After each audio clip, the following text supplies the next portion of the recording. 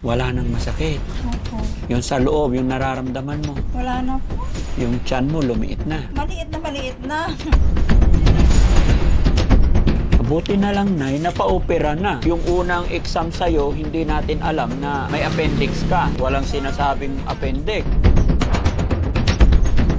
Hindi na ako nahihirapan kahit kunting nagpapagaling na lang ako ng kunti. Medyo mahirap-hirap pero tiisin ko. May parang gutom ka lang, gutom ka palagi. Pero ayaw mo naman kumain, taisuka.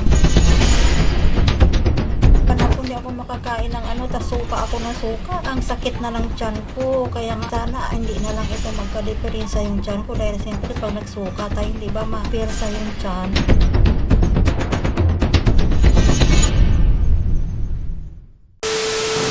Morning po! Hello, Nay! Kumusta ka na? Ay, ayos-ayos na Daddy Frankie. Thank you very much. Tapos na. Naoperahan ka na? Opo. Opo ako, Nay. Magandang morning ulit. Salamat sa Panginoon na operahan ka na. Kumusta na ang pakiramdam mo ngayon? Okay na po ako. Hindi naman na masakit yung opera ko. Wala nang masakit. Opo. Yung sa loob, yung nararamdaman mo. Wala na po. Yung tiyan mo, lumiit na. Maliit na maliit na. Dati, buntis. Kaya nga dati nga ang laki-laki ng tiyan ko, biglang lumiit ng ganito Ano yung talagang biniak talaga? Opo, talagang. Tapos tinanggal lahat ng bituka? Hindi naman daw. Hinugasan lang daw nila Daddy Frankie. Tapos, Tapos sinanggal lang daw yung yung bukol. Tapos mayroon daw akong appendix. may Kaya- appendix ka rin. Opo, kasama na daw sa may bukol na. Tinanggal na? Opo. Oo. Kaya nga daw lumalaki yung tiyan ko dahil nga daw sa dahilan sa gano'n. Sa may bukol. Tapos kasama na rin yung bukol. So, nung natanggal na daw nila yun, hinugasan daw nila yung tiyan ko, yung bituka ko. Marami nga daw yung tubig. Mm. Tapos yun, ang ginawa na lang nila. Buti na lang, Nay, napa-opera na. Opo, kaya Kasi yung unang exam sa'yo, hindi natin alam na may appendix ka. Opo, totoo yun. So, Wala pag- wala silang Oh, sinabi walang sa sinasabing akin. appendix. Opo. So, nung naoperahan, nalaman, na-discover, may May appendix. kasama pa lang. Pero ano lang siya, Daddy Frank, kung baga na mag-uumpisa pa lang siguro. Mm-mm. Kaya Pero hindi- kahit na, hindi ko pa pag kasi nagsimula ang appendix, once na nag-intro na yan, at syempre, akala mo, ibang sakit. ibang sakit. Opo. Yung appendix, pag pumutok, doon ka mamamatay bigla. Opo. Kaya nga sinasabi nga ng doktor, kung baga mag-uumpisa pa lang daw yung appendix. Mm-mm. Kaya hindi ko pa nararamdaman yung sakit. Kasi nga kahit gano'ng malaki na yung tiyan ko, hindi ko nararamdaman yung sakit. Mm. Basta lang nahihirapan lang akong kumain na gusto kong kumain ng marami, hindi ako makakain ng madami dahil nga sa parang busog na ako. Tapos mamaya-maya, nagugutom ako, maya-maya, nagugutom ako. Kaya yun ang nararamdaman ko. Kaya nagpapasalamat na nga ako sa mga doktor, masalamat Dok na ano nyo ako, nasampot nyo ako. Kasi hirap na ako Dok. Okay lang yan, nanay. Talagang ganyan yan. Hindi naman ikaw yung may ganyan. Marami kami na operahan, sabay. Oo, sabay-sabay. Oo, sabay-sabay kami na inoperahan. May maganda. May nagpapasalamat ako sa Panginoon na Lord. Salamat po kahit pa paano matapos ko na yung problema ko. Hindi na ako nahihirapan. Kahit kunting nagpapagaling na lang ako ng kunti. Medyo mahirap-hirap pero tiisin ko. Mahirap pala pag ganito na marami kang nararamdaman yung nasusuka ka. Tapos yung hindi ka makakain ng madami. Parang gutom ka lang, gutom ka palagi. Mm-mm. Pero ayaw mo naman kumain, taisuka mo. Mm-mm. Kaya nga, Nung time na malaki pa ang tiyan mo. hindi, ngayon lang. Ay, kahit ngayon. Ngayon, kaya nga nahirapan ako, hindi ako makakain ng tas suka ako ng suka. Ang sakit na ng tiyan ko, kaya nga, inaano ko na lang na sana, hindi na lang ito magka-diferensya yung tiyan ko. Dahil siyempre, pag nagsuka tayo, hindi ba mapirsa yung tiyan. Mm-mm. Kaya iniingatan ko na nga, hindi nga mapipirsa dahil nga sa suka ako lang ng suka. Kailan po kayo babalik doon? Check up. Mga Wednesday. Wednesday, dapat itong labas kami Daddy Frankie, na-operan ako ng Friday. Mm-mm. Sa Biyernes, Sabado, simba, pinauwi na kami dito. Mm-mm. Tapos simba, Lunes, Martes, Miyerkules, ipapabalik ako ng doktora, check upin nga daw ito. Opo. Oo, kailangan yun. Sabi ko, Dok, hindi ko kaya, Dok, magbiyahe ng ganito kasi ang layo-layo. Mm-mm. O saan? Tapos wala naman kami sasakyan na magta-tricycle lang kami no halimbawa o kaya mag-arkila kami ng sasakyan. Ang hirap ko pa rin, Dok, kasi nga 3 days pa lang naman na operan. Ang hirap-hirap ko na Dapat ambulance kasi malambot para may stretcher kayo.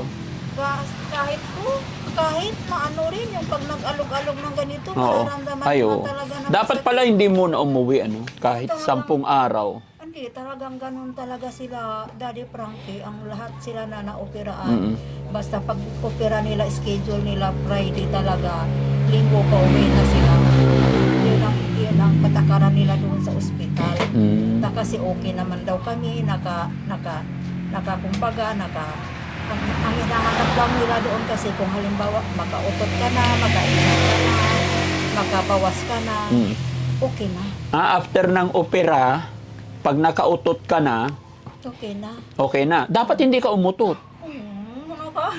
Kahit wala akong kinain, talagang nauutot. Nautot ka, hindi, nilihim mo. Pinigil mo sana.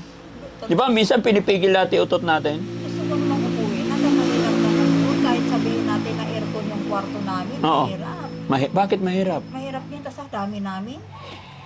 Kumbaga common. Sa isang kwarto may aircon nga pero Marami kami. okay lang. At least na, di ba? Nung time na malaki ang tiyan mo, pinagpipray mo na maopera ka. Opo. Ngayon ang iniisip mo na lang, yung maghilom yung sugat. Maghilog yung sugat po na sana malagpasan ko pa rin kahit ganito, Daddy Frankie. Sabi ko nga, medyo minsan nararamdaman ko na para nanghihina pa rin ako, Tas sa suka, hindi ka makakain. Gusto mong kumain, hindi ka makakain ng madami. Kaya nga po babalik kayo, Nay, para explain mo yung nararamdaman mo sa kanila. Opo, kaya balik kami no Wednesday. Sila pa rin nakakaalam yan. At hindi naman nila kayo pauuwin kung alam nilang hindi pwede. Hindi mo kaya. Opo, alam. sila ang nakakaalam. Opo. Basta mula nung galing ka ng ospital pag uwi dito, pagbalik doon, explain mo lahat yung nangyayari, nararamdaman. Opo. Kaya yan ang inaano ko nga, sabi ko nga sa pamangkin ko, bakit ganito na ang nararamdaman ko na parang hindi ka makakain, manghihina ka, nasusuka ka.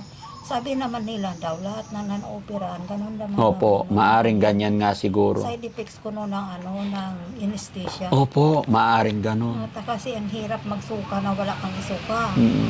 Talagang halos bituka mo, ilabas Di ba? mo. Kasi nung inoperahan ka na, wala kang alam, di ba? Opo, wala talaga. Bago ka operahan, patutulugin ka nila eh. Oo, pinatulog nila ako nag-opera sa akin 7:30 Ng umaga. ng umaga. Natapos, Tapos, naka-inbalik nila ako sa ward ko alauna. Hindi ko na alam kung anong nangyari. Tapos, alas 7 ng umaga, 7:30. tapos natapos, alauna. Opo. Ang haba ng session, no? Pero hindi ko na alam po yun anong nangyari. Pagising ko, Nay, balik na kita sa ward mo, tapos na ba, Dok? Ay, salamat, Lord. Nakaraos na ako sa nararamdaman ko. Tingnan ko yung tiyan ko. Wala na akong tiyan. Hindi ko na makikita. Kaya sabi ko, Dati, paghiga mo, nakikita mo yung ubok ng tiyan mo. makikita ko talaga na malaki. Oo. Pero nung tinignan ko nila dito, wala na ako makikita. Ay, salamat, Lord. Natanggal yung laki ng tiyan ko. Maraming salamat, Dok. Sabi ko nga naman sa mga doktor. So, magpagaling na kayo na. Sabi nga naman ng doktor sa akin. So, makakaraos na kayo yan. Gagaling na kayo. Salamat na, no? Salamat po sa inyong tulong dahil kaya maraming salamat. Kahit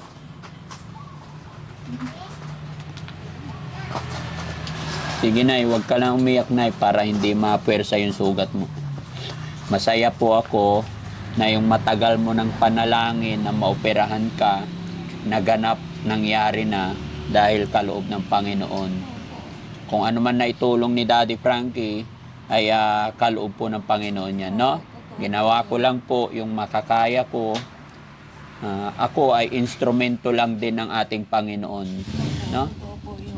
Ipagpe-pray pa rin namin ng mabilis mong paggaling para makapamuhay ka na ng normal.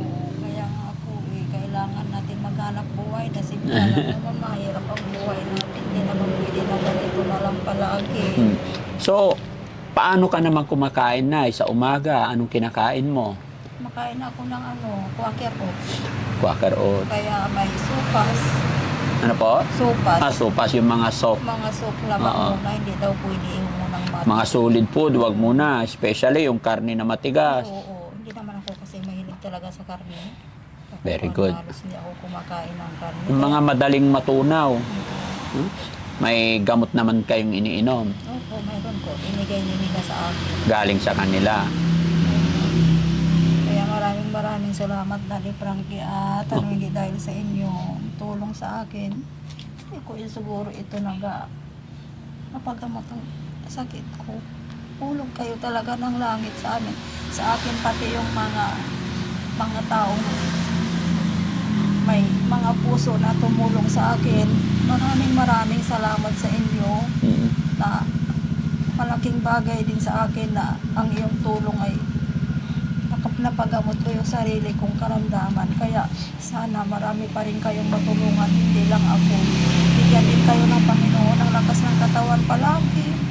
Sana makapagtrabaho kayo ng mabuti na wala kayong karamdaman. Kaya maraming salamat sa inyo na nagbigay ng tulong sa akin.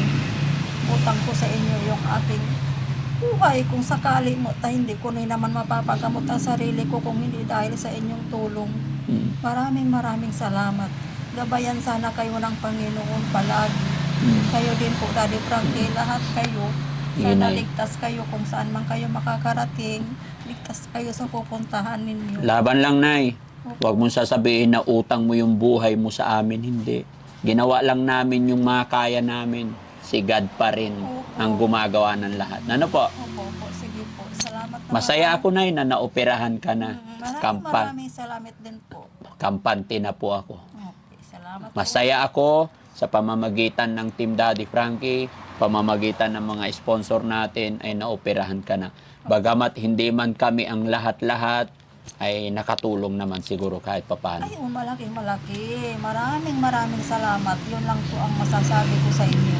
Papasalamat ako sa inyo tan sa Panginoon na binigyan ako ng pagkakataon na nandiyan kayo na makatulong sa akin. Hindi ko akalain matulungan niyo ako. Hindi ko akalain sa panaginip, hindi ko na maiisip na. Hanggat may tiyaga, hanggat nabubuhay tayo, may pag-asa. Diba? Ilang beses po kayo nagbalik-balik sa bahay ko, hindi nyo ako matsyempo-tsyempohan. No po. Pero gumawa pa rin ng paraan si God para makita kita. At nung nakita ko yung sitwasyon mo, yun. Talagang naramdaman ko sa puso na isa ka sa kailangan tulungan talaga. Kaya ito na. Ito na yun. Kaya nga, nagpapasalamat ako ng marami. Sige, Nay. Basta hangad ko ang mabilis ang paggaling mo, ha? Opo, sige po. Salamat po. Wala naman ang bibilhin mga gamot. Wala naman po. Kaya lang, may mga iba pa rin na hindi namin. Ito, okay lang. Okay lang. Bigyan pa rin kita pambiling prutas, Nay. Para mabilis kang gumaling, ha? Okay. Salamat. So, meron na akong 3,000 dito, Nay. Pambiling prutas para mabilis kang gumaling. Okay. No? Ingatan mo, Nay. Masaya ako na nangyari na operahan ka na. No? Thank you talaga kay Lord. Thank you. Ano sabi ng mga anak mo po? Ay, nagpapasalamat din po sila sa inyo na nandyan kayo na tumulong sa akin.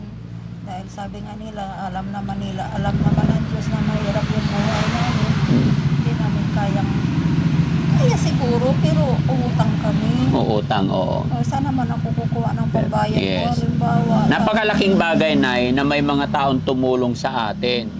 Kasi kung walang tumulong agad-agad, hindi pa natin alam, baka tumagal-tagal pa, may appendix pala. Di ba? So, very thankful tayo in the early time na pa-opera na. Kaya nang sinabi ko, siyempre, naghihintay pa tayo pamasayo, maghahanap pa. So, hindi natin alam. Ngayon nangyari na, okay na, no? So, yun mga kababayan, mga kabarangay. Ito na po yung update ko sa inyo about kay nanay. Ano yung pangalan niyo ulit? Ha? Connie. Nanay Connie na nagpunta sa bahay nung simula, hinihingi niya inilalapit niya yung tiyan niyang malaki. Kung naalala niyo yung unang tagpo namin, akalain mo buntis. Di ba? Pero dahil sa tulong ninyo, mga kababayan, sa pamamagitan ng pag-share nyo ng videos namin, napanood ng ating ibang mga kababayan, may mga nagpadala tulong pinansyal kay nanay. Siya rin naman yung dinala ko't ibinigay at dahil doon, napaopera na. May mga pamasahe na sila. Babalik pa sila para sa check-up pero nakita natin yung accomplish na kumbaga. Ipag-pray na lang natin mga kababayan na sana gumaling na ng tuluyan si Nanay Connie. No? Kaya mga kababayan, yung mga nagpadala ng tulong pinansyal kay nanay, maraming salamat.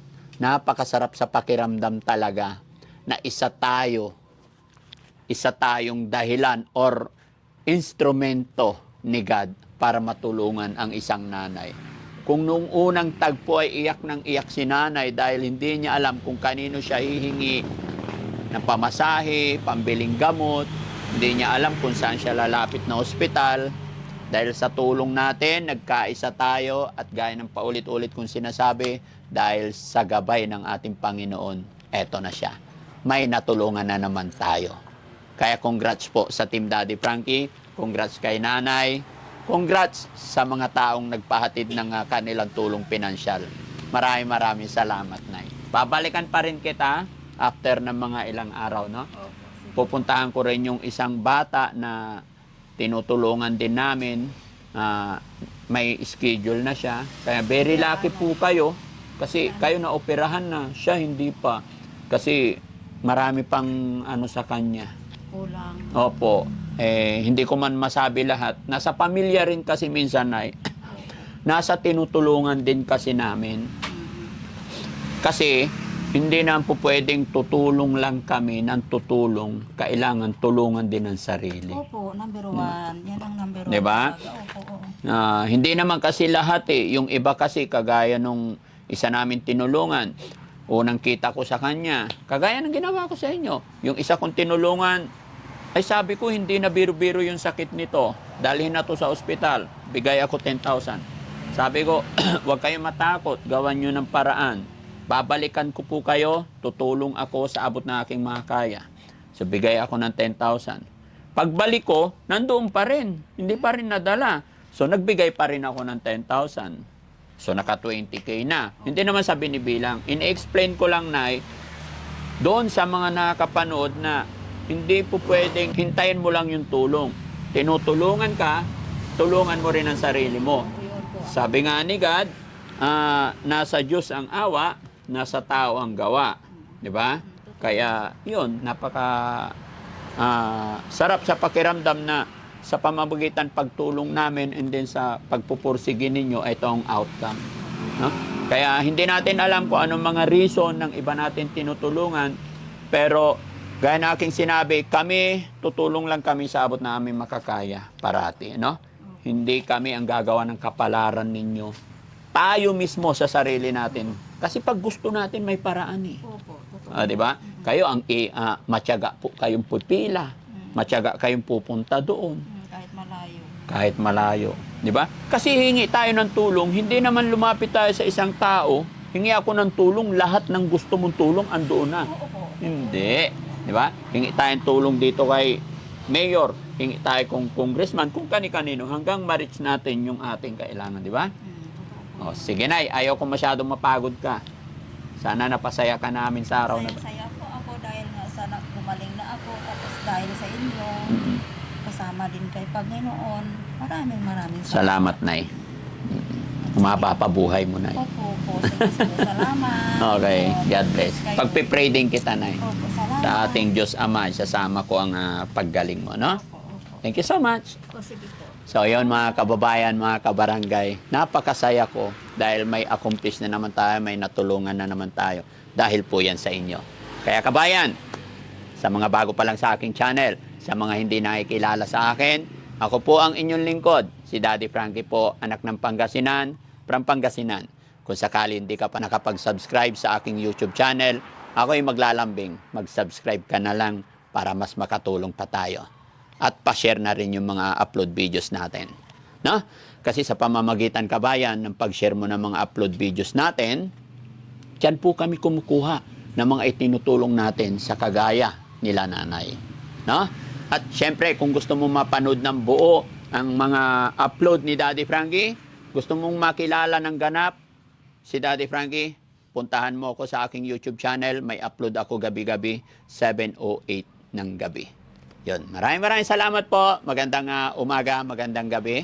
At shoutout po sa lahat ng ating mga kababayan OFW, mga kababayan natin na nasa ibang bansa, sa lahat ng mga sponsors natin, sa Team Rise Above, headed by Tita Honey S, Flirty Sadi, ayan, Linlin Garrido, kung sino-sino pa, kay Sweet Charm, kay Tamura-san, maraming salamat. Kay Philippine 888, thank you so much sa walang sawa pag-support. Kay Tita Au, maraming salamat. Rick Aningat, kay MK Inday Okray TV, Team Saltik. Yan, maraming salamat po sa inyong lahat. Eto ako, nakakatulong dahil po sa inyo. Yan ang parati kong sinasabi. Magandang buhay po. Love you all and God bless. Bye-bye po.